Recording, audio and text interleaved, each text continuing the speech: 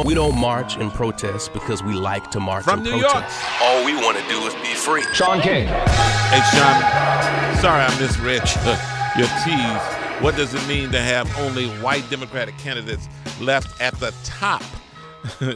Shaun King right. with the scary truth. 17 past the hour. Yeah, what up, man?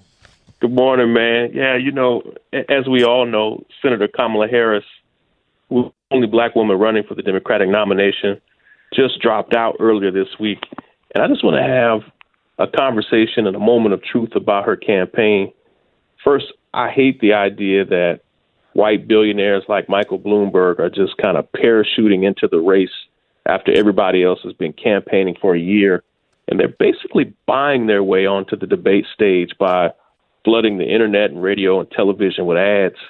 Michael Bloomberg has spent more on ads the past 2 weeks than Kamala Harris raised and spent over her entire campaign. Another white billionaire, Tom Steyer, is doing the same thing. And so as it stands right now, not one single candidate of color will be on the debate stage at the next debate. And it's disheartening because when this race began, it was the single most diverse pool of candidates for president ever assembled. But here's where I have to have that moment of truth. This morning, I looked over social media and studied it for hours, and I saw people who were saying that they wished Kamala Harris was still in the race. And here's the trend that I saw over and over again from activists and organizers and leaders and everyday people. They said some version of Kamala Harris was not my preferred candidate, but I hate to see her leave the race. Or I'm supporting another candidate, but I hate that no more black women are in the race. But here's the thing. The first part of those sentences is why the second part of those sentences even exists. Kamala Harris dropped out because she just didn't have the grassroots support to win, not in Iowa or New Hampshire or South Carolina, which is where she really hoped to do well. And she even dropped down to fifth place in her home state of California, which I think had a whole lot to do with why she dropped out. And the deadline to be on the ballot there was next Tuesday. And I've been told that she just didn't want to suffer such a huge loss in her own state, and that her advisors felt like it could really hurt her in a future run for reelection to her Senate seat if she has such a bad showing at home there in California for this race. And so here's the thing. Unlike Cory Booker and Julian Castro, Kamala Harris had actually already qualified for the next debate, but her campaign was running out of cash.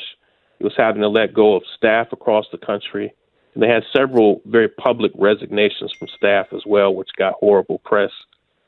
I'm no fool. I think racism and sexism are always present in politics, period. And I'm sure that both of those things impacted her campaign in very measurable ways. At the end of the day, though, she struggled to catch on with any one core base.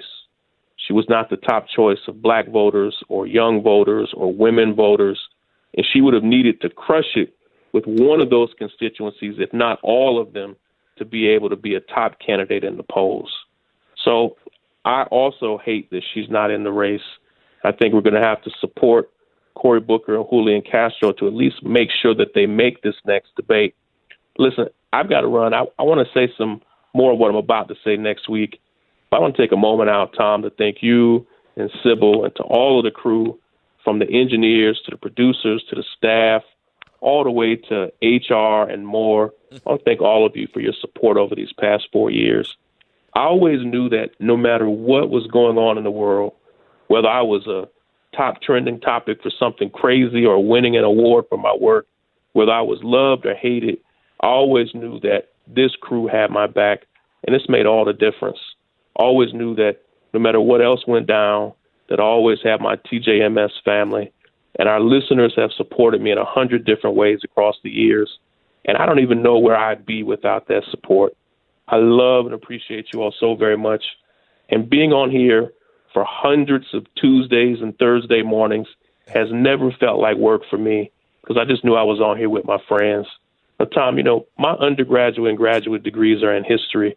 I just want to say this show and this space that you've created, it's historic, and it's set the tone and the groundwork for the entire industry, and it's paved the way for the entire industry.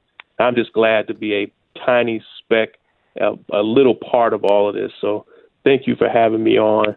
Love and appreciate you all so very much. You do good Take care, work, everybody. man. You do good work. You have done Thanks, great man. work. Thank you. And we love and appreciate you too, Shaun. Absolutely. Yes. And Ray. Been my honor. Ray, we love your wife. Yeah. She is the queen.